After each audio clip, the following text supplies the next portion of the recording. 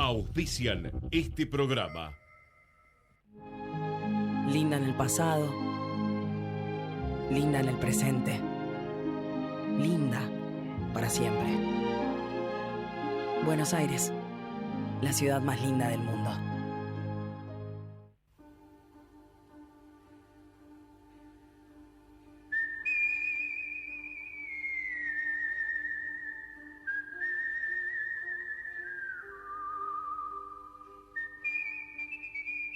Hola a todos, ¿cómo les va? Bienvenidos a Far West, un programa hecho desde el lejano oeste en medio de la crisis del mundo occidental.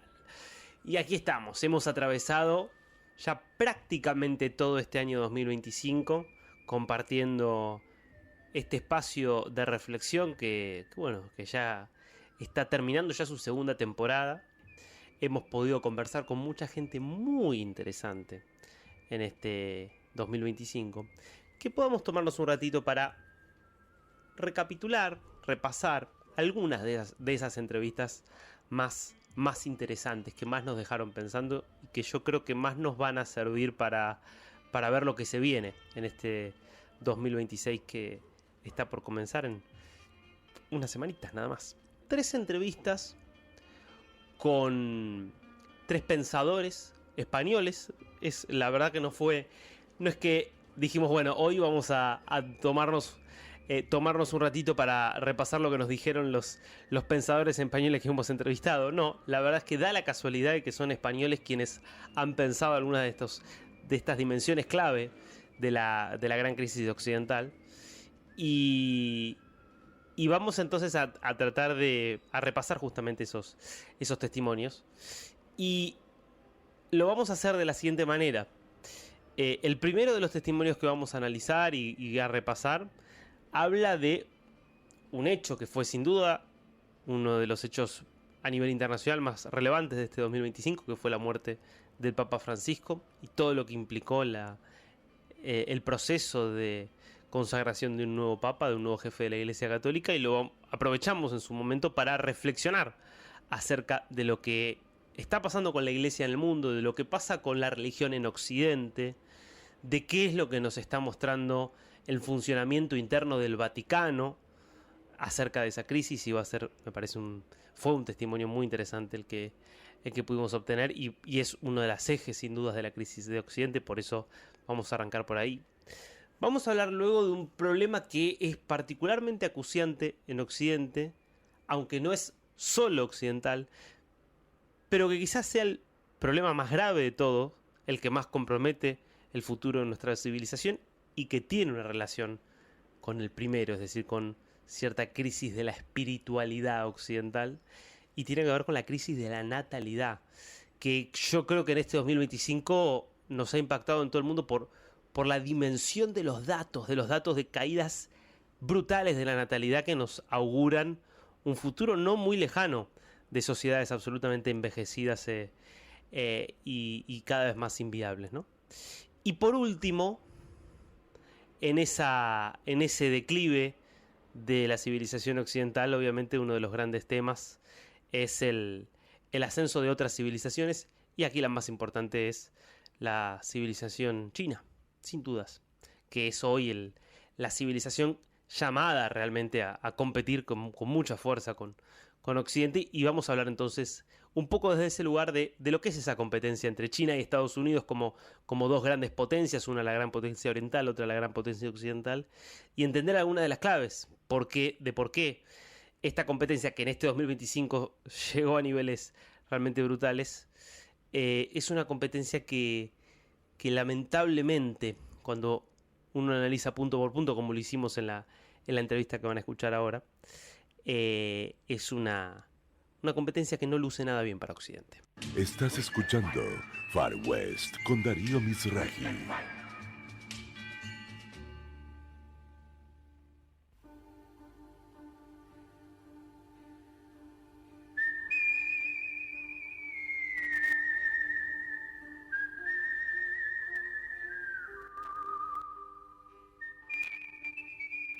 Y la primera de las conversaciones entonces que vamos a estar repasando de este 2025 fue la conversación que tuvimos con Miguel Ángel Quintana Paz, que es un filósofo español, una de las voces más influyentes en el debate intelectual contemporáneo. Y con él analizamos varias cosas de lo que rodeó a la muerte del Papa Francisco, a la elección y la consagración de León XIV como nuevo Papa. Hablamos de la raíz cristiana de la cultura occidental, del origen de muchos de nuestros valores democráticos, del sentido de los derechos humanos y cómo eso está vinculado a esa raíz judeocristiana, las tensiones también que se producen cuando una civilización deja de reconocer sus propios valores fundamentales. Bueno, una charla que yo creo que nos ayudó en su momento para entender no solo el pasado, me parece, sino también los desafíos que se vienen. ¿De qué forma, Miguel Ángel, usted identifica que el cristianismo es un elemento constitutivo central de lo que entendemos como civilización occidental? Bueno, la pregunta es clave, es muy sustanciosa, la verdad, y ha dado lugar a muchas reflexiones, o sea que agradezco que empecemos por... Es verdad que es básica, justo por eso, porque es clave, agradezco que empezamos por ella. Por simplificar un poco, la expresión, lo que ahora conocemos por Occidente, básicamente hasta principios del siglo XVI tenía otro nombre, a principios del siglo XVI. De hecho, es un teólogo protestante, para más señas, el que por primera vez pues alude a esta idea de que hay algo llamado Occidente, ¿no? Abendland en alemán, porque era alemán, Abendland deja todavía más claro quizá que Occidente, la referencia que se hace con ese nombre. Abendland literalmente sería la tierra del atardecer, por donde se pone el sol. Occidente es quizá, así como Oriente es el origen de donde se origina el sol, Occidente, occidere en latín es matar, es donde el sol se acaba, es donde el sol va a ponerse. Entonces, esa referencia que es prácticamente solo solar, prácticamente solo geográfica, aparece por primera vez ahí porque hasta ese momento el nombre era este otro que estamos preguntándonos si tiene algún vínculo con Occidente. Cristiandad, era el mundo de la cristiandad. Alguien podría decir, efectivamente, como usted ha hecho muy bien, Darío, bien, eso a lo mejor, sin duda en la Edad Media tenía pertinencia llamar a lo que luego llamamos Occidente, llamarlo cristiandad, pero hoy en día, ¿qué sentido tiene?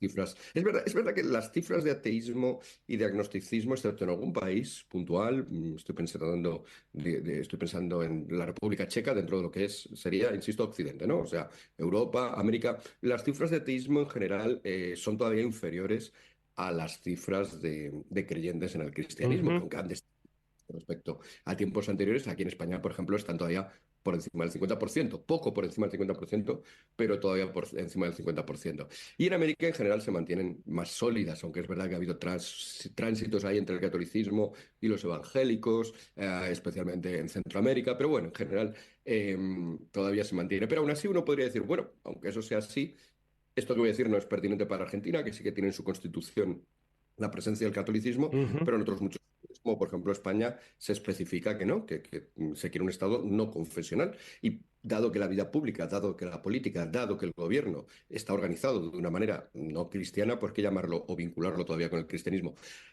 La respuesta más rápida a esto sería que es que incluso concediendo que tengamos una vida pública separada de la religión, incluso concediendo de que el ateísmo, el agnosticismo esté en empujanza, nuestra vida pública separada de la religión es una vida pública que se separa de la religión al modo estrictamente cristiano. No sería posible pensar esta separación entre religión y vida pública en un contexto, por ejemplo, de tipo musulmán, donde el fundador de la religión es el mismo un jefe político, ¿no? Y ejerce como tal y gobierna hasta su muerte. Jesús de Nazaret no solamente no fue dirigente político, sino que algunas de sus frases ya apuntarían en esta dirección de separar lo político, lo estrictamente político y lo religioso, aunque puedan tener relaciones, por supuesto. Y es la famosa frase aquella de dad al César lo que es del César, la política, y dad a Dios lo que es de Dios. Por lo tanto, esa separación iglesia-estado, por decir el término tradicional, o incluso algunos creen que religión-sociedad, que no es lo mismo y que la separación iglesia-estado no tendría por qué llevar a que luego en el espacio público se creara un espacio neutral necesariamente. La gente libremente podría querer un espacio común cristiano, pero incluso si se produjera eso, que también y es verdad que ha pasado en muchos países, por ejemplo España, que en los últimos años se ha eliminado, intentado eliminar cualquier rastro cristiano para hacer el espacio público más Mm. neutral y más público. Esa obsesión por la neutralidad ya es en buena parte cristiana. Y el ateísmo y el agnosticismo se puede decir exactamente lo mismo. Tenemos un ateísmo estrictamente, muy reconociblemente cristiano. O sea, el ateísmo de Occidente es un ateísmo del Dios cristiano, no es un ateísmo del Dios musulmán, no es un ateísmo de Buda, no es un ateísmo de Mm. tipo taoísta, aunque son muy interesantes a veces las análisis que se hacen de conexión entre unos y otros. Sloterdijk, por ejemplo, hace unos años ya postuló que en Europa lo que estaba pasando era una especie de eurotaoísmo. Y yo mismo en alguna ocasión he escrito sobre cómo parecería que poco a poco algunos elementos de nuestra sociedad se vuelven más budistas, pero en general nuestro ateísmo y o en la propia situación de duda, el agnóstico, el que no se decide frente a un Dios que, ya digo, no tiene los rasgos de un dios animista o de un dios como el que tenían los griegos, unos dioses como los que tenían los griegos, sino que tiene el rasgo monoteísta del dios cristiano. Por poner un ejemplo, que muchos ateos consideran argumento número uno para no ser creyente es el argumento de cómo es posible que haya un Dios bondadoso en un mundo donde hay sufrimiento, a veces horrendo. Bueno, esto presupone que Dios sea bondadoso, algo que sea cristiano, no todos los dioses de todas las religiones lo son, que sea omnipotente, algo propio del Dios cristiano, no en todas las religiones lo son, que esté implicado con el mundo, que interactúe con el mundo, algo que de nuevo no ocurre ni muchísimo menos en todas las religiones, o incluso en filosofías, por ejemplo, como la de Aristóteles, que pensaba que Mm. justo si Dios perfecto, no podía ser un hombre que se manchara haciendo cosas en el mundo, sino que era más bien el mundo el que iba hacia él como perfección absoluta.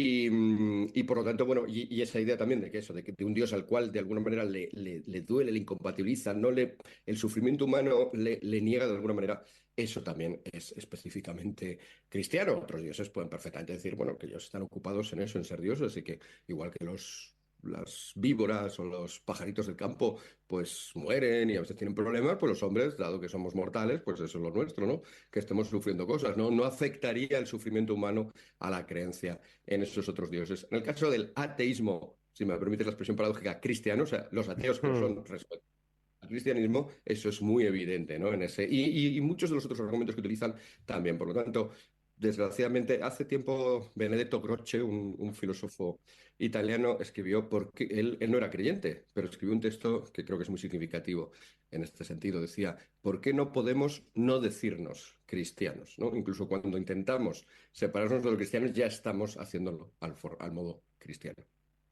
Mm. Qué interesante todo. Mientras hablaba usted y describía algunos de los elementos propios del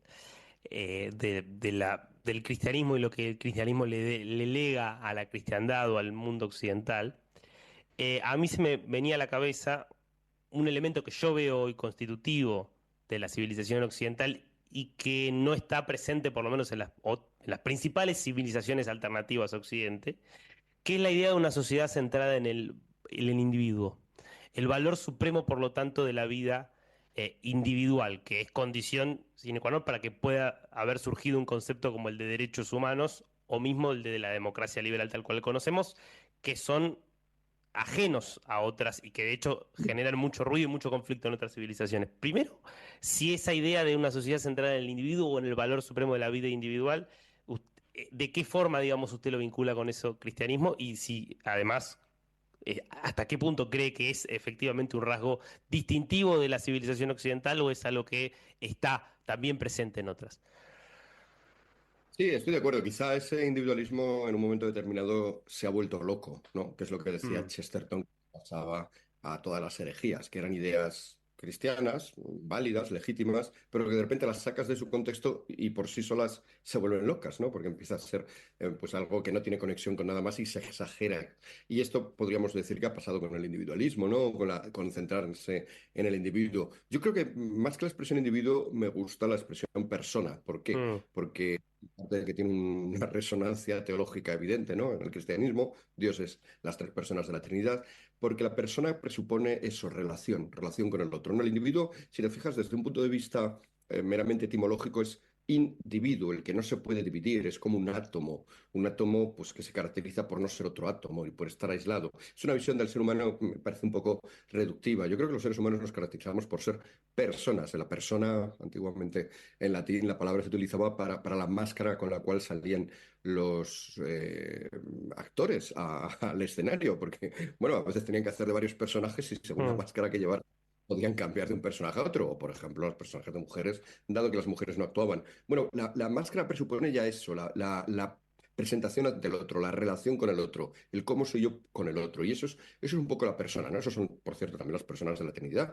que se caracterizan solamente por su relación entre sí mismas, ¿no? Hacia afuera, pues todas son Dios, y cuando actúa una, actúan las otras, no se separan. Pero esa idea de que somos esencialmente seres en relación con los demás, pero justo por eso muy importantes. ¿Por qué? Porque la primera relación de todas, muy importantes y por lo tanto abordando lo que tú decías, ¿no? De la importancia del individuo, de la persona, como estoy diciendo. ¿Por qué? Porque la primera relación que tiene esa persona, según dice la Biblia cristiana, y en este caso también la hebrea, ¿no? El Génesis, el momento de la creación del ser humano es fundamentalmente un momento en el cual Dios crea una imagen suya, crea a alguien que Mm. es lo más parecido posible que puede ser a él, sin ser él, claro, ¿no? Entonces, ese lo hizo a su imagen y semejanza. Por lo tanto, eso da, efectivamente, en la línea que tú decías, de repente a cada persona es un reflejo, el mejor reflejo posible. Es verdad que un reflejo luego estropeado por cómo nos comportamos, porque obviamente una de las características que tenemos similares a Dios es nuestra libertad. Y con nuestra libertad, ahí ya no nos parecemos a Dios, pues a veces podemos optar de una manera pues absolutamente destructiva para los demás, para nosotros mismos y para Dios, claro. Entonces, evidentemente, si usamos de esa forma la libertad, nos destruimos, por así decir, manchamos esa imagen, la ennegrecemos y ya no es casi reconocible. Pero detrás de esa porquería, si me permites la expresión, que Mm. somos capaces de poner imagen, debajo siempre está ahí, siempre permanece. Por lo tanto, mucho cuidado incluso al intentar quitar esa suciedad, porque podrías afectar al icono, a la imagen, al reflejo, que sí que está ahí. Eso da una importancia extraordinaria a cada ser humano. Es verdad que, como hemos dicho, que estamos en relación. Fundamentalmente somos así por estar en relación con Dios y luego por estar en relación con los demás, que al ser también imágenes de Dios, pues obviamente también merecen nuestro máximo respeto. Evidentemente, en esas relaciones de unos con otros no podemos pensar eso en un individualismo en el cual el individuo se sobrepone al grupo o por beneficiarme yo, pues que se vaya al garete mi patria o mi familia obviamente no, ¿no? Obviamente se puede pensar también en el colectivo, en el grupo, en la familia, en cualquiera de Mm. los vínculos, porque somos animales de vínculos, somos seres de vínculos, somos imágenes de alguien que está vinculado con todo, que es Dios, y por lo tanto nosotros también nacemos ya, pues eso, nacemos de una madre con una vinculación durante meses, ¿no? Y luego con todo el resto de los que nos acompañan. Entonces, ese equilibrio, es verdad, se puede romper por el lado individualista y pensar que esto que acabo de hablar de importancia de los vínculos, la patria, la familia y tal, que todo esto no importa, es verdad, es a lo mejor el motivo de unos problemas que tenemos, pero si no se lleva hasta ahí, totalmente de acuerdo con lo que tú decías. Al dar una máxima importancia a cada persona, no tiene sentido ya razonamientos del tipo, bueno, pues que irían contra los derechos humanos, ¿no? De, bueno, que muera este hombre para que se beneficien estos otros, o no nos importa si la vida de una persona concreta, si de ahí sacamos tanto beneficio, o no ya solo la vida, sino que no nos importa oprimirla, o someterla, o usarla como si fuera una herramienta, ¿no? Como usamos las cosas. Ya no podemos tratar a las personas como cosas porque son algo radicalmente distinto. Todo eso que está reflejado de una manera u otra en los 30 artículos de los derechos humanos y que está previamente pues, reflejado en los mandamientos tanto de la religión judía como de la religión cristiana, todos esos principios obviamente pues sí tienen una conexión fácil. Es verdad que por suerte, de alguna manera, al proclamar la Declaración Universal de Derechos Humanos en 1948 se consiguió que el resto de países que no venían del cristianismo, que no venían de Mm. culturas cristianas, los aceptaran, pero es verdad que con dos caveats. Uno, Jacques Maritain, que era un filósofo católico que participó en la redacción de los derechos humanos, dijo que habían logrado ponerse de acuerdo en esos derechos porque nunca se habían preguntado por el fundamento, por el origen, por de dónde Mm. venían, por qué valen. Todos lo habían dado, por supuesto, y entonces si se hubieran puesto a hablar de la fundamentación, ya hubieran discrepado. Y segundo, ya hay gente que explícitamente, por ejemplo, el mundo musulmán, que ya ha salido, que ha publicado su propio listado de derechos Claro. islámicos alternativos, en los cuales, pues, por ejemplo, la libertad religiosa se recoge, pero de otra manera. Libertad religiosa es la libertad de poder seguir siendo musulmán si has nacido musulmán. No interpretan como libertad religiosa el hecho de dejar de ser musulmán, porque la apostasía en el Islam pues está en algunos países castigada con la pena máxima, con la pena de muerte, en otros cuantos castigada con otras penas menores, pero también rotundamente, ¿no? Porque se considera una especie de traición a tu comunidad, a tu umma. Entonces, bueno, pero sí, es verdad, esos derechos humanos a los cuales también se les podría hacer otras muchas críticas, probablemente por eso, porque al desligarse de un fundamento, luego cada uno los interpreta como quiera y somos muchos los que pensamos que vivimos ya en una inflación de derechos humanos. Cualquier demanda que tenga cualquier grupo, cualquier deseo, cualquier capricho, si me dejas usar la expresión, ya se justifica diciendo, ah, bueno, es que si vas contra mí es que estás negando mis derechos humanos. No, no, no, estoy negando tu capricho, tu deseo o tu querencia, pero eso no significa que eso esté en los derechos humanos. Pero por desgracia es verdad que un conjunto de normas que no tienen un fundamento claro se pueden empezar a interpretar de cualquier manera y volvemos otra vez a lo de Chesterton. Pueden volverse locos, pueden salirse de sus cabales. Qué interesante, ¿eh? Qué interesante todo lo que dice Quintana Paz, todo lo que nos hizo pensar, que es siempre el eje y el desafío que nos hemos propuesto en este Far West, ¿no? Que es crear un espacio para reflexionar acerca de nuestra civilización, de nuestra sociedad, de cómo vivimos. Y me parece interesante pensar esa crisis de valores, esa crisis de identidad, de sentido de la vida, que está tan atravesado por lo que pasa con la religión y con la pérdida en muchos sentidos de fuerza de la religión, atarlo a lo que implica también la crisis de natalidad. Porque mucho más allá de las cuestiones económicas, me parece que son cuestiones culturales de decisiones de vida que estamos tomando hoy los seres humanos, que nos llevan en muchísimos casos a decidir no dejar un legado, no tener descendencia, no tener familia. Y por eso fue tan interesante todo lo que conversamos en su momento con Sergio Fernández Riquelme, que es doctor en historia y profesor en la Universidad de Murcia, que nos ayuda un poco, ¿no?, a entender esa transición demográfica que está, me parece, modificando el mundo que se viene, pero sobre todo desde Occidente, las causas culturales, los cambios en el rol de la mujer, del varón, lo que pasa con la comunidad, lo que implica el aumento de una concepción cada vez más individual y efímera de la vida. Bueno, una entrevista que yo creo que nos ayudó a entender la dimensión completa de este fenómeno. ¿En qué ejes se para usted para empezar a conversar acerca de este tema? Pues estamos en la época de lo viral, ¿no? Y una imagen vale más que 1000 palabras. Y hay que bajar a la calle, supongo que en Argentina, pero también en España, de ver que se pasean más perros que niños, ¿no? Todas las estadísticas muestran pues, que en las sociedades supuestamente avanzadas hay más mascotas que niños recién nacidos, ¿no?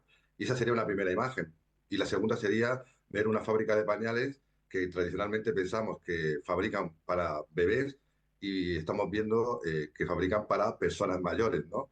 Es decir, es un cambio demográfico brutal el que estamos asistiendo, también antropológico, porque están desapareciendo palabras como padre, como abuelo, como hijo, porque hay una generación que no va a conocer esos nombres porque no va a tener descendencia, ¿no?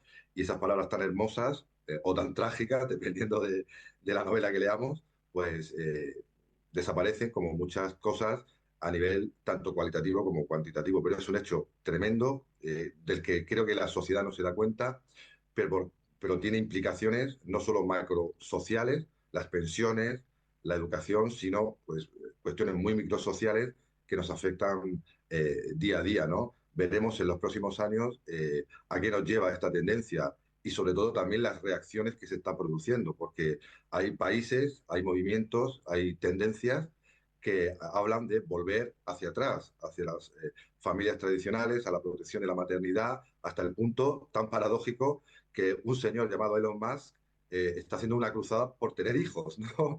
Ahora bien, de una forma bastante peculiar. Tiene 14 hijos con diferentes mujeres y de diferentes formas, ¿no? Estamos en un proceso de transición demográfica muy importante con consecuencias que podríamos decir que son teóricas, ¿no? Pero también prácticas, ¿no? También se está extendiendo en Europa Occidental sobre todo, la famosa teoría de la gran sustitución, ¿no? Que consideran que esta transición no es espontánea, sino que está planificada para sustituir, Mm. ¿no? En el mundo occidental, ¿no? Un tema crucial para las sociedades y también muy polémico, como podemos ver en las redes sociales. Uf. Bueno, abrió tantos temas, tantas aristas sobre las cuales me gustaría profundizar. A ver, quiero empezar por una, que tiene que ver con algunas de las causas. Usted dijo un montón de cosas para, insisto, ir puntualizando, pero cuando nosotros nos paramos mucho en este tema, yo lo que escucho mucho en los medios de comunicación, cuando se hacen análisis sobre esta cuestión, e incluso cuando uno escucha y ve las respuestas de los gobiernos, es enfocarlo muy desde la perspectiva económica. Estoy hablando aquí de las causas, y decir, bueno, la gente tiene menos hijos porque es más caro, y porque es más caro tener una casa, es más difícil, y entonces esa es una de las razones por las cuales mucha gente no tiene hijos o tiene un solo hijo. No niego que pueda haber factores económicos y me interesa preguntarle. Ahora, yo veo lo que pasa en muchos lugares de América Latina y veo que son los que tienen más hijos las familias de menor poder adquisitivo, lo cual ya de por sí hace que no me cierre mucho ese como argumento. ¿Cuánto hay de lo económico y cuánto hay de cambios culturales que están detrás de este proceso? Eh, Señalar que no tener hijos es por causas materiales responde a una mentalidad socialista o marxista que se ha impuesto durante Mm. muchísimos años en nuestra sociedad, ¿no? Y pensamos que no se tienen hijos por cuestiones puramente materiales, pero tú lo has indicado muy bien.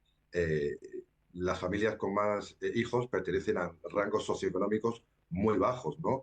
Y si aplicáramos esa máxima de que cuanto más nivel económico tiene una familia va a tener más hijos, pues en teoría las familias ricas deberían tener Claro. muchísimos hijos. Obviamente no pasa, ¿no? Yo estoy más por la interpretación culturalista, ¿no? Más que Marx, prefiero a Weber, y para Mm. explicar estos fenómenos, ¿no? Y no solo de pan vive el hombre, ¿no? Famosa frase que muchos conocerán, y hay que decirlo claramente, se tienen hijos fundamentalmente por cuestiones, desde mi interpretación, culturales, ¿no? Lo vemos perfectamente en las tasas de fecundidad de los países musulmanes o de la Claro. población musulmana que vive en Europa, ¿no? Que son los que salvan, en teoría, la demografía de Francia o de Inglaterra, no es la población local, ¿no? Además, todas las medidas socioeconómicas que se han aplicado para conciliar o para ayudar a la natalidad en Europa Occidental, todas han fracasado. Tú has dicho las estadísticas muy correctamente. Mm. Cada vez hay más ayudas a la maternidad, cada vez hay más ayudas a la conciliación, ¿no? Las mujeres fundamentalmente entre trabajo y casa, y los datos son cada vez peores. A mi juicio, yo creo que este fenómeno responde, como muchos, no a una mentalidad estructuralista, marxista, Mm. materialista, sino a algo fundamentalmente cultural. Es decir, qué valor tiene la familia y la maternidad para una sociedad determinada. Y los mapas no mienten. Europa se está vaciando y todo el contorno, ¿no? Geográfico que nos rodea, africano o asiático, pues muestra colores con tasas de natalidad altísimas y suelen ser países fundamentalmente ligados a cosmovisiones todavía bastante tradicionales, de Mm. tipo religioso, fundamentalmente. Y además, también podemos decir que los países con más tasas de natalidad en Hispanoamérica suelen ser países centroamericanos con un poder muy fuerte o de la Iglesia Católica o de la Iglesia Mm. Evangélica, ¿no? Bueno, y perdón. Obviamente es una opinión Sí. minoritaria. No, Cuando le preguntas a alguien, un niño es caro, Mm. pero no sé hasta qué punto un niño es caro, una mascota no lo es, o si Claro. no es más caro tener Netflix, HBO y una vida llena de, ¿no?, lujos consumistas actuales o criar una familia, ¿no? Creo que al final pueden ser, ¿no?, opciones culturales. No, le iba a agregar, y lo que se ve, por ejemplo, también dentro de las comunidades judías ortodoxas, donde Exacto. se ve el mismo fenómeno, lo cual ya me lleva a preguntarle algo de qué influencia tiene acá la religión. Digo, el hecho de que cuando vamos a comunidades con altos niveles de religiosidad, por lo menos hablando de las religiones monoteístas, digo, cristianismo, judaísmo e islam, vemos estas altas tasas de fecundidad asociadas a un valor muy importante y central de la familia. ¿Y qué pasa con el resto, por lo pronto, del mundo occidental, pero que se ve también en países como Corea del Sur y Japón, donde hay una tendencia a un menor peso de la religión? ¿Qué factor tiene esto? pues es determinante, ¿no? Porque la maternidad y la familia no solo ha cambiado ética y estéticamente, ¿no? Sino que también hay una desvalorización brutal en el actual, ¿no? En el actual sistema de vivir y convivir del llamado turbocapitalismo, capitalismo tecnológico, como se quiera denominar. Pero hay una anécdota que yo creo que es bastante elocuente, ¿no? Una famosísima actriz de Hollywood, Kirsten Dunst, Ujú. declaró a los medios que dejaba su carrera temporalmente para criar a sus hijos y a su marido.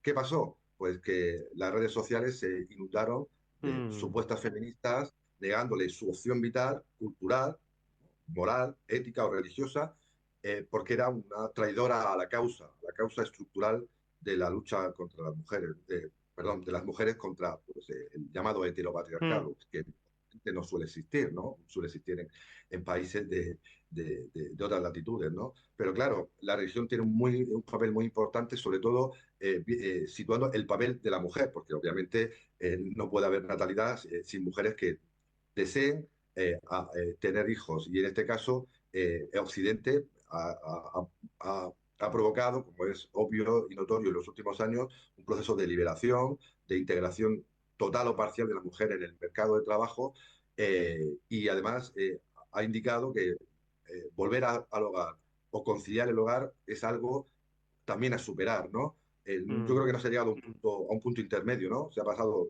de la lógica integración de la mujer en el mercado de trabajo a una negación absoluta de su posibilidad de mm, conciliar realmente o directamente de asumir pues, esa tarea social tan desprestigiada, ¿no? En el mundo contemporáneo. ¿Qué chica joven, qué chica eh, ¿no? de nuestra generación, pues decide o dice públicamente que quiere ser ama de casa? Hay muchos casos mm. de mujeres famosas que han decidido hacerlo. Otra actriz muy famosa, Elsa Pataki, la famosa mujer de Thor, no me sé el nombre, perdón, del famoso Thor de las películas de El Marvel, actor, sí, claro. y decidió hacer lo mismo, ¿no? Ser ama de casa. Y claro, la polémica estuvo servida, ¿no? Por tanto, una de las causas fundamentales de esta crisis demográfica que se vive en Occidente o transiciones demográficas que se viven en Occidente y en los países occidentalizados es, en primer lugar, una mentalidad fundamentalmente materialista y, en segundo lugar, pues el acceso de la mujer al mercado de trabajo sin posibilidad real de conciliar esa vida profesional y maternal o directamente tener la opción legítima de dedicarse a lo que antiguamente se denominaban sus labores, ¿no? Aunque haya las tendencias, estamos viendo en muchas mujeres tendencias sociológicas que indican que muchas de ellas, un sector notable quiere, ¿no? Defender pues, posiciones tradicionales, las famosas trad wives, ¿no? Mm, Que entienden pues, que la mujer tiene la opción de asumir un rol que no es peyorativo, que no es negativo, sino que aporta mucho a la sociedad y a ellas mismas, ¿no? Que es ser madre, ser esposa y, ¿no? y ayudar pues, a la comunidad. Un debate también muy intenso sobre el papel de la mujer, el feminismo, mm. también de tanta actualidad y que tanto efecto tiene en las políticas demográficas. Es un debate interesantísimo, porque pensaba, ¿no? Digo, a ver, si uno va hoy a lo que pasa en las sociedades islámicas, me parece que donde en muchísimas sociedades, sobre todo las más cerradas, la mujer tiene un rol absolutamente relegado en la vida pública y básicamente su única función es la procreación de hijos. Es evidente que eso no es deseable para las sociedades occidentales, donde afortunadamente hoy hay una integración plena de la mujer en todos los ámbitos de la vida pública, donde la mujer tiene derecho a decidir qué quiere hacer con su vida. En esa misma línea, es muy llamativo que si decide priorizar su carrera es aplaudida, pero si decide tener una familia es denostada. Ahí hay algo de una libertad que sirve si es para un lado y no para el otro. Digo, ¿de dónde viene esta casi demonización de la idea de que de repente una mujer pueda decidir, no, la verdad, mi prioridad, lo que más me interesa a mí es criar a mis hijos, por lo menos en un determinado momento de mi vida? Pues es la tercera causa de esta crisis o transición demográfica, ¿no? Un pensamiento políticamente correcto, unos lo llaman consenso socialdemócrata, otros lo llaman liberalismo progresista, que señala que no hay diferencias ni biológicas ni, ni funcionales entre hombres y mujeres y que la mujer pues tiene que salir absolutamente del hogar familiar, de ese entorno tradicional en el que tú has señalado muy bien, siguen viviendo muchas mujeres de países del llamado tercer mundo, pero claro, el problema es la libertad. Se supone que las sociedades occidentales se caracterizan y diferencian en el mundo y en la historia por ese concepto de libertad que permite a un hombre o una mujer elegir su camino, ¿no? Y hay muchas mujeres, parece por las encuestas y parecen por los testimonios, que consideran que ser madre, ser ama de casa, ser esposa, es una tarea, una labor, una función importantísima para ellas y para la sociedad. Y, o en exclusiva o compaginándolo con actividades pues, de todo tipo, académicas, artes liberales, profesionales, y parece que se le quiere negar a esas mujeres la libertad, ¿no? De poder elegir también volver hacia atrás. Ahora que tanto se habla, ¿no? Con la transición ecológica de que hay que volver hacia atrás, pues hay mujeres que consideran que es necesario, importante, fundamental volver hacia atrás eh, para, para colaborar en un sentido más tradicional en la comunidad. Lo estamos viendo no solo en el mundo asiático o africano, sino en la propia Europa. Hay lideresas, como se llaman ahora, que defienden esta postura, desde Giorgia Meloni en Italia Hmm. hasta Alice Weidel en Alemania, ¿no? Marine Le Pen en Francia, cada una con sus matices, ¿no? O en España o en Argentina, que la maternidad sea una libertad de elección, por supuesto, pero que no haya impedimentos culturales ni éticos para que puedan tomar esa decisión fundamental, que muchas de ellas consideran que son perfectamente compatibles el trabajo con fundar una familia. A veces uno se queda medio preocupado cuando escucha reflexiones de estas, ¿no? Que me parece que nos muestran que, bueno, si no hay un cambio muy profundo es difícil, ¿no? Que las cosas salgan bien, aunque la verdad que Fernández Riquelme también reservaba cierto optimismo al ver que hay una nueva generación o hay parte de un segmento de las nuevas generaciones que están buscando un modelo distinto y están buscando revalorizar el lugar de la familia. Me parece que está bueno, a la luz de estas dos conversaciones que trajimos hasta acá, que hablan de una dimensión, si se quiere, más cultural de la crisis de Occidente, meternos en lo que fue la gran disputa geopolítica de este 2025. La disputa entre Estados Unidos y China llevada a otro nivel, porque es una disputa en definitiva civilizatoria. Y fue muy interesante en su momento la conversación que tuvimos con Sigor Aldama, que es periodista especializado en asuntos internacionales, que durante 2 décadas fue corresponsal en China. Y con él analizamos qué es lo que estaba viendo Beijing de todos los cambios que hubo en Occidente a partir de la irrupción de Donald Trump en este 2025.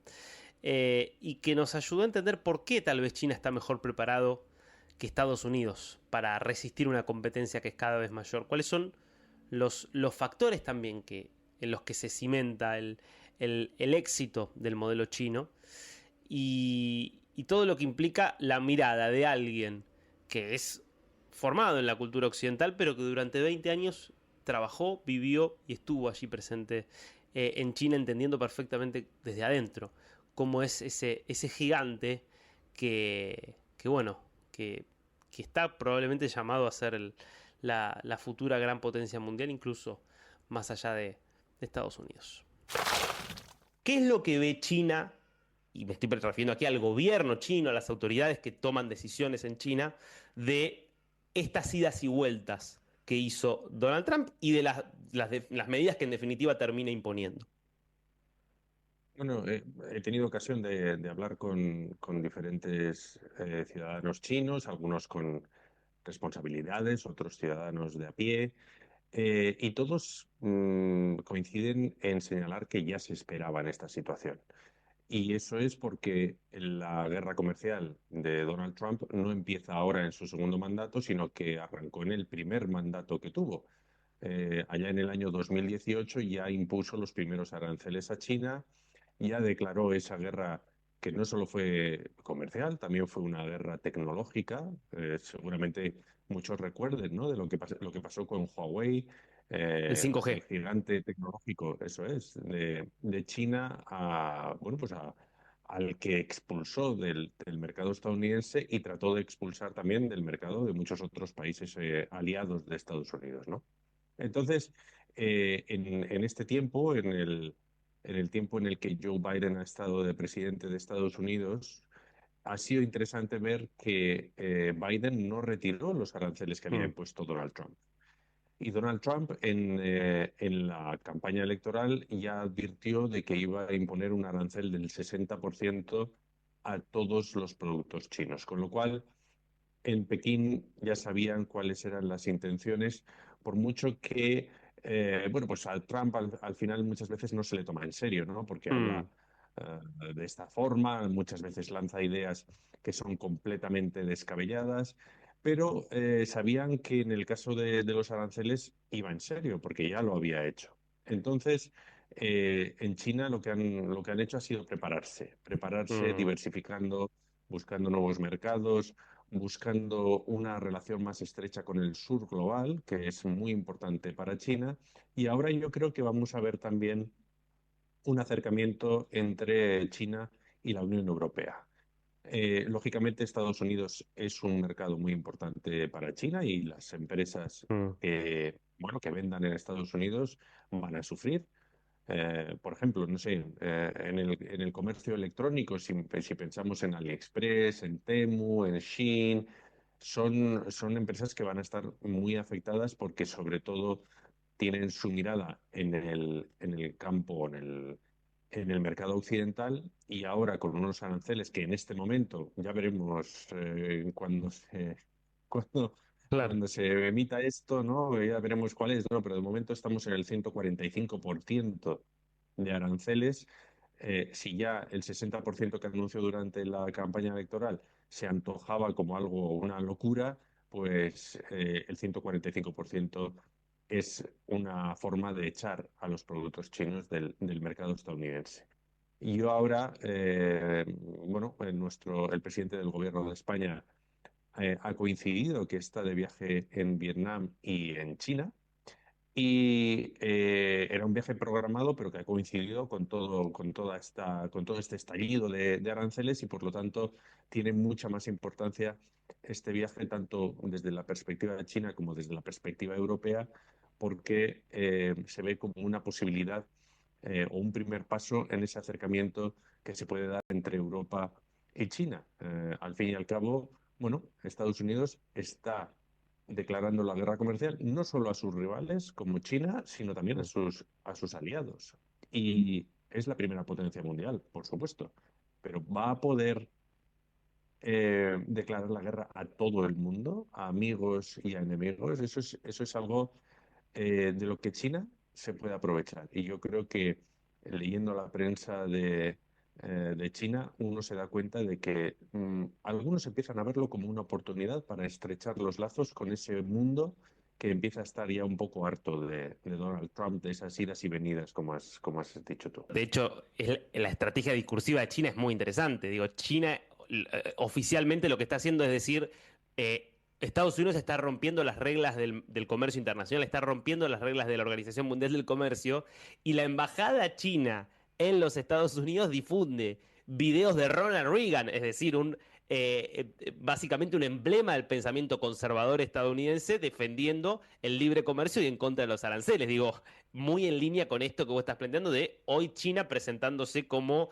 el socio confiable versus a Estados Unidos, ¿no? Es que es un poco ridículo incluso, ¿no? Porque el Estados Unidos, que siempre ha sido el adalid del liberalismo, del libre comercio, ahora mismo, bueno, ahora mismo no, porque los ha puesto en pausa, pero si vuelve al plan inicial de Trump, tendrían los aranceles más elevados del mundo. Y mientras tanto, un partido comunista Mm. que dirige un país que se ha regido y que todavía tiene la hoz y el martillo ahí detrás en las reuniones de los dirigentes, pues aboga por la globalización, el libre comercio, quitar aranceles y demás, ¿no? Entonces, Algunos consideran que esto es una reordenación del orden comercial mundial. Otros, bueno, pues apuestan porque sea una cosa temporal, ¿no? Que Mm. Trump va a pasar. Eh, Ahora habla de que puede presentarse un tercer mandato y demás, pero se espera que Estados Unidos vuelva a la senda habitual. Los chinos no lo tienen tan claro y yo creo que hay una preocupación por parte del sector manufacturero que va a tener que buscar mercados alternativos, si no lo ha hecho ya, y eso preocupa también en Europa y en países del sur global como la propia Vietnam, como puede ser India o Bangladesh, porque de repente esos productos que iban a venderse en Estados Unidos pueden buscar un camino diferente y llegar a países en los que, bueno, pues se encuentran un mercado, ¿no? Y eso puede terminar provocando o dañando a las fábricas locales. Pero bueno, de momento está todo en el aire, ¿no? Y es difícil hacer predicciones. China dejó muy en claro que no se va a sentar a negociar por la fuerza, de alguna manera, patoteada, como es un poquito lo que está tratando de hacer Trump. Del otro lado, Trump dice, bueno, China también quiere negociar, solamente que no sabe cómo empezar porque es un país muy orgulloso. Entonces, la sensación es que, así como están las cosas, digo, con estos aranceles recíprocos, porque China también le ha aplicado aranceles que hacen imposible a los productos estadounidenses entrar al mercado chino, la sensación es que así terminan lastimadas las dos economías, tanto la estadounidense como la china, y que uno podría decir, los dos tendrían un incentivo para sentarse a negociar. Ahora, al mismo tiempo, no está claro cómo podrían hacerlo. ¿Qué estás viendo de eso, de si efectivamente hay camino o espacio para una negociación y cómo podría darse esa negociación? Bueno, hoy hablaba con un economista que me decía, esta guerra no la puede ganar nadie, Mm, simplemente lo que se puede hacer es salir menos lastimado o más lastimado de ella, ¿no? Es evidente que China tiene una narrativa de país fuerte, que es una narrativa que además está ahora mismo reforzando por parte del gobierno, que busca alimentar el sentimiento patriótico y nacionalista de la población. Sobre todo pues porque es un momento en el que los chinos consideran que hay que hacer piña, que tienen que estar unidos, porque esto se aprecia casi más que una guerra comercial, como un conflicto casi bélico, ¿no? Dentro de la propia China. Y entonces, pues bueno, hace falta esa unidad del país. Yo sí creo que los chinos están dispuestos a negociar. Lo que creo es que no están dispuestos a hacerlo públicamente o como mm, lo suele hacer Donald Trump, porque chocan muchísimo, ¿no? Eh, digamos, la forma de hacer las cosas de Trump y de China. Son casi opuestos. A Trump le gusta decir qué es lo que hace cada minuto en Truth Social o en Twitter. Y a los chinos lo que les gusta es todo lo contrario, ¿no? Es hacer las cosas con calma, sin cámaras. eh, y eso es algo que se ve en cualquier tipo de negociación. O sea, las empresas con las que suelo hablar normalmente, pues bueno, siempre cuentan esto, ¿no? Que les gustan las negociaciones largas, mm. sosegadas. Y claro, Donald Trump, pues para eso supone un reto. Y luego también es cierto que el Partido Comunista no es un partido democrático. Entonces, una de las formas de legitimarse que tiene el Partido Comunista en China, primero, es mejorando el bienestar de la población y segundo, también dando una imagen de fortaleza. Con lo Mm. cual, si ahora mismo aparece Xi Jinping y dice que se va a sentar o que va a Claro. llamar a Donald Trump, eso sería un signo de debilidad que no le gustaría, sin duda, al gobierno chino. Claro, uno diría, bajo ningún concepto China se va o Xi Jinping podría ponerse en una situación donde le pase algo parecido a lo que le pasó a Volodymyr Zelensky en el Salón Oval de la Casa Blanca, digamos.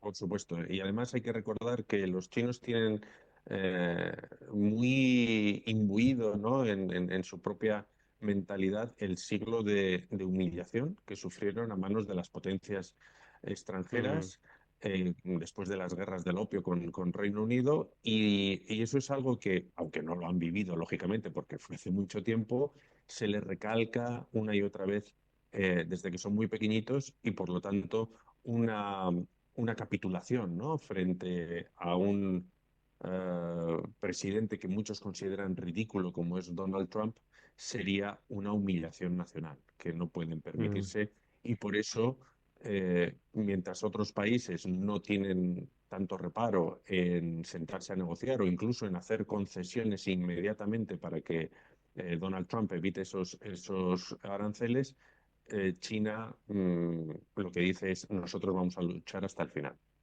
Mm.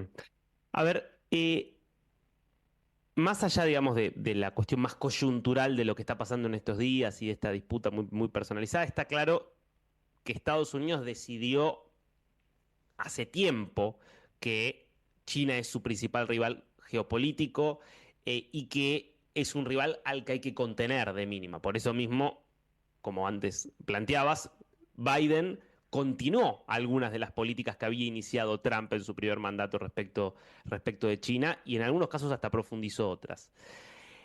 En esa disputa, a ver, ¿a quién ves de alguna manera en mejores condiciones de terminar prevaleciendo?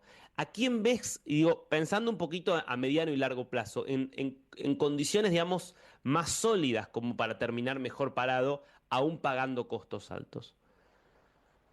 Bueno, yo creo que Donald Trump cuando abrió esta guerra comercial, vio las estadísticas del comercio entre China y Estados Unidos y dijo, bueno, por cada $3 que le compramos a China, le vendemos uno, con lo cual nosotros tenemos menor exposición al comercio con China y tenemos las de ganar, porque con los aranceles, lógicamente, el que más te vende, más sufre. La balanza está muy desequilibrada, por lo tanto, pues bueno, dijo, los aranceles me van a ayudar a equilibrar la balanza comercial.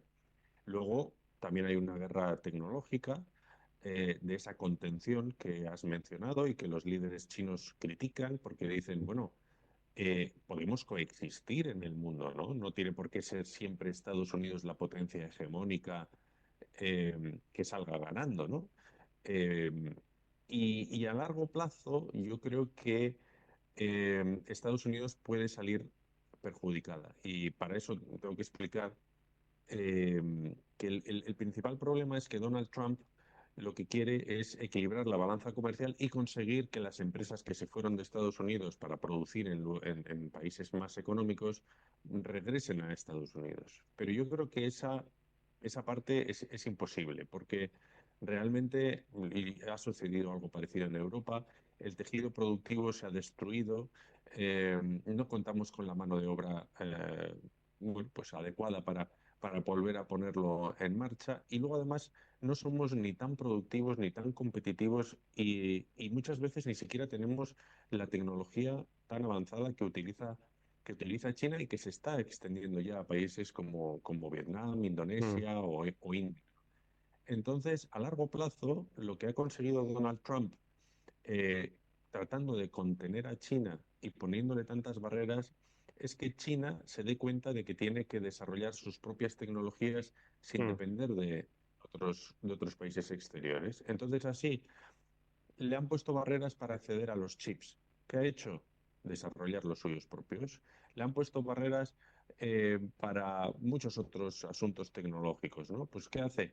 Bueno, ha conseguido formar a la población tanto dentro como fuera de China, tiene mucho talento, tiene dinero para invertir en investigación y desarrollo y lo que ha hecho es, bueno, tratar de ser autosuficiente, tratar de desarrollar todo aquello que necesite para no depender, sobre todo de Estados Unidos y de Europa, pero en general de todo el mundo. Y lo ha conseguido, o por lo menos lo está consiguiendo, con lo cual Donald Trump y Estados Unidos, porque con Joe Biden sucedió lo mismo, yo creo que se está pegando un tiro en el pie.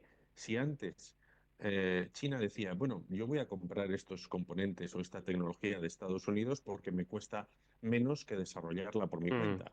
Ahora dice, no, no, yo tengo que desarrollar esta tecnología por mi cuenta porque en cualquier momento me cortan el suministro de los chips y vuelvo, no a la Edad Media, pero efectivamente esto va a complicar, ¿no? mi desarrollo. Con lo cual, a largo plazo, puede ser que resulte negativo para Estados Unidos porque aunque ahora le esté costando más, en el futuro China va a estar mucho mejor preparada para hacerle frente a Estados Unidos en todos los ámbitos, y ese incluye también el militar, porque el militar al final, con la cuestión de Taiwán de por medio, con los chips de por medio y con todos estos problemas que se están agudizando ahora, es una cuestión a la que hay que prestar atención, y la tecnología en el ámbito militar es, vamos, clave en la guerra. Qué claridad, ¿eh? Qué claridad y qué contundencia también para entender esa comparación, ¿no? Entre cómo es Occidente, cómo es Oriente, por lo menos desde la perspectiva china, ¿no? Porque también podríamos encontrar otros ejemplos y otros modelos. Auspiciaron este programa. Linda en el pasado, linda en el presente, linda para siempre. Buenos Aires, la ciudad más linda del mundo.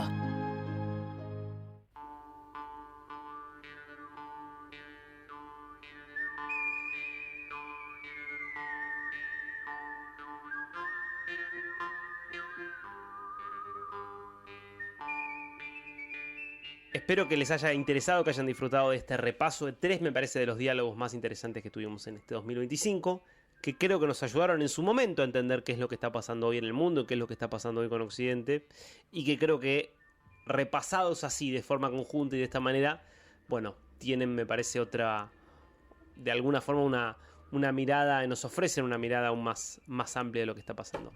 Hasta acá llegamos por hoy. Les deseo una gran semana. A los que celebran y festejan les deseo una muy, muy feliz Navidad. Nos queda un programa más, así que hasta entonces. Gracias a Romina Boyadjian, como siempre, por todo el apoyo en lo que es la concepción de este programa. Y a Javier Martínez por toda la cooperación en la parte técnica. Chau.